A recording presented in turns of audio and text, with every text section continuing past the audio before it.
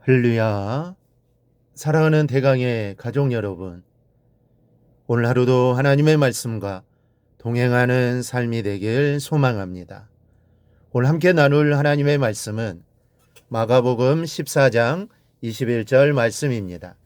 인자는 자기에 대하여 기록된 대로 가거니와 인자를 파는 사람에게는 화가 있으리로다.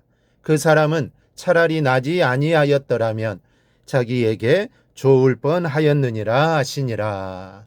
아멘. 직장에서 그 능력을 인정받는 주부 사원이 있었습니다. 그런데 30살이 되면서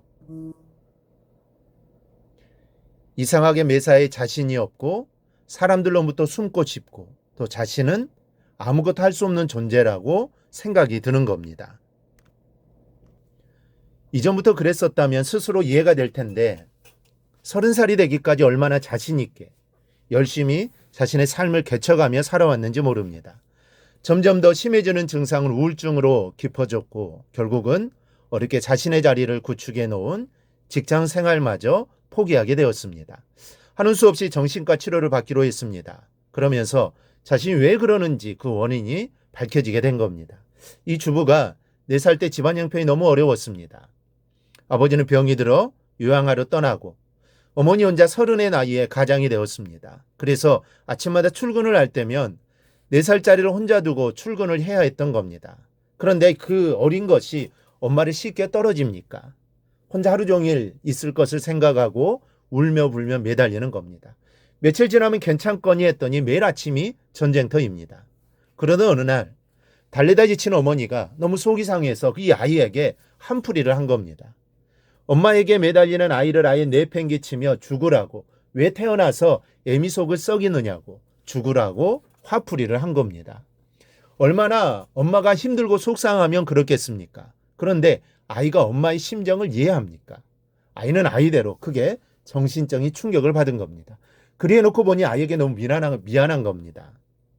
그래서 엄마가 아이를 끌어안고는 이렇게 말한 겁니다. 미안해, 엄마가 잘못했다. 네가 엄마처럼 30살이 되면 엄마 심정을 이해할 수 있을 거야. 그런데 묘하게도 이 아이가 30살이 되면서 우울증이 나타난 겁니다. 사람이 이 세상을 살면서 절대로 듣지 말아야 할 말이 도대체 너는 왜 태어났느냐는 말입니다. 이 말은 듣지도 말아야 할 말이요, 하지도 말아야 할 말입니다. 농담으로라도 하지 말아야 할 말이 차라리 죽지 왜 태어났느냐는 말입니다. 그런데 오늘 본문을 보면 예수님께서 이 말씀을 하십니다. 그 사람은 차라리 나지 아니하였더라면 자기에게 좋을 뻔하였느니라. 가룟 유다에게 하신 말씀입니다. 예수님께서 왜 이 말씀을 하신 것일까요? 이 말은 원래 저주의 표현이었습니다. 그런데 이 말은 무서운 죄를 지은 죄인들만 듣는 말이 아닙니다. 우리 주변에도 무슨 자리에 오르지 않았으면 좋았을 뻔한 사람도 있고 무엇을 갖지 않았으면 좋았을 뻔한 사람도 있습니다. 우리는 가룟 유다의 이야기를 들으면서 분노하지만 아이러니하게도 우리의 모습이 가룟 유다와 같을 때가 얼마나 많은지 모릅니다. 아마 누가 내 손가락질을 하면서 이 가룟 유다와 같은 놈아라고 한다면 목숨을 걸고 싸울 겁니다. 그러나 겸손히 나 자신을 돌이켜볼 필요가 있습니다. 혹시 나 때문에 다른 사람들이 저 사람은 지금 그 자리에 있지 않았으면 좋겠다라고 생각하지는 않습니까? 저 사람이 누리는 축복이나 가진 것들을 차라리 갖지 않았으면 좋겠다고 말할 정도로 살아가고 있지는 않습니까? 우리가 신앙인으로 절대 들어서는 안 되는 말이 차라리 좋았을 것을 이라는 말입니다. 여러분 평생 차라리 그랬더라면 좋았을 것을 이라는 말과 상관없는 사람이 되시기 바랍니다.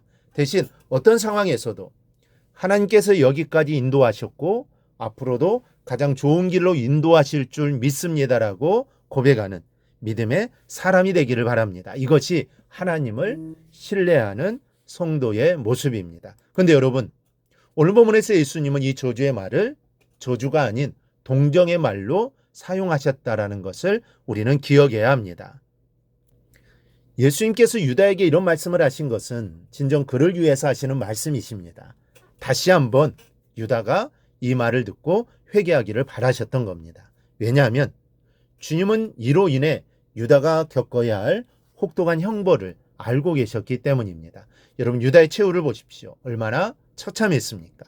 마태복음 유다의 최후를 유다가 은을 성소에 던져놓고 물러가서 스스로 목매어 죽은지라고 기록합니다. 사도행전은 유다의 몸이 곤두박질하여 배가 터져 비참하게 죽었다라고 말씀합니다.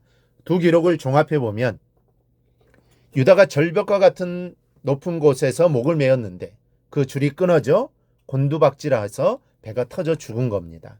이 얼마나 처참한 죽음입니까? 그렇다고 형벌이 끝난 것도 아닙니다. 심판대 앞에서 유다는 예수님을 판 대가로 더 혹독한 형벌을 받게 될 겁니다. 이것을 아시기에 예수님은 유다를 불쌍히 여기셔서 동정하는 마음으로 이 말씀을 하신 겁니다. 이제라도 회개했으면 하는 사랑의 마음에서 나온 말씀입니다.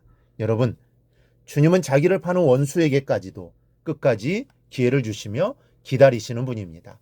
그런 분에게 우리 역시 제자로 부름을 받았습니다. 그 주님을 실망을 드리는 삶이 되지 않기를 바랍니다. 그 주님만을 붙잡고 의지하며 꼭 살아가기를 바랍니다. 길지 않은 인생을 살면서 무슨 일이 있어도 그 누구에게든 왜 태어났느냐는 말은 듣지 않는 삶이 되기를 바랍니다. 그 대신에 당신이 있어 참 감사했습니다. 당신 때문에 힘을 얻었습니다. 당신을 통해 예수님을 보았습니다라고 말을 듣는 복된 인생이 되시기를 바랍니다. 그리고 마지막 날 하나님 앞에 섰을 때 사람의 칭찬보다 더 귀한 주님의 칭찬을 받는 우리 모두가 되기를 주님의 이름으로 축원합니다. 오늘 묵상한 말씀을 굳게 잡고 삶으로 실천하며 살아내는 대강의 모든 성도들이 되기를 축복합니다.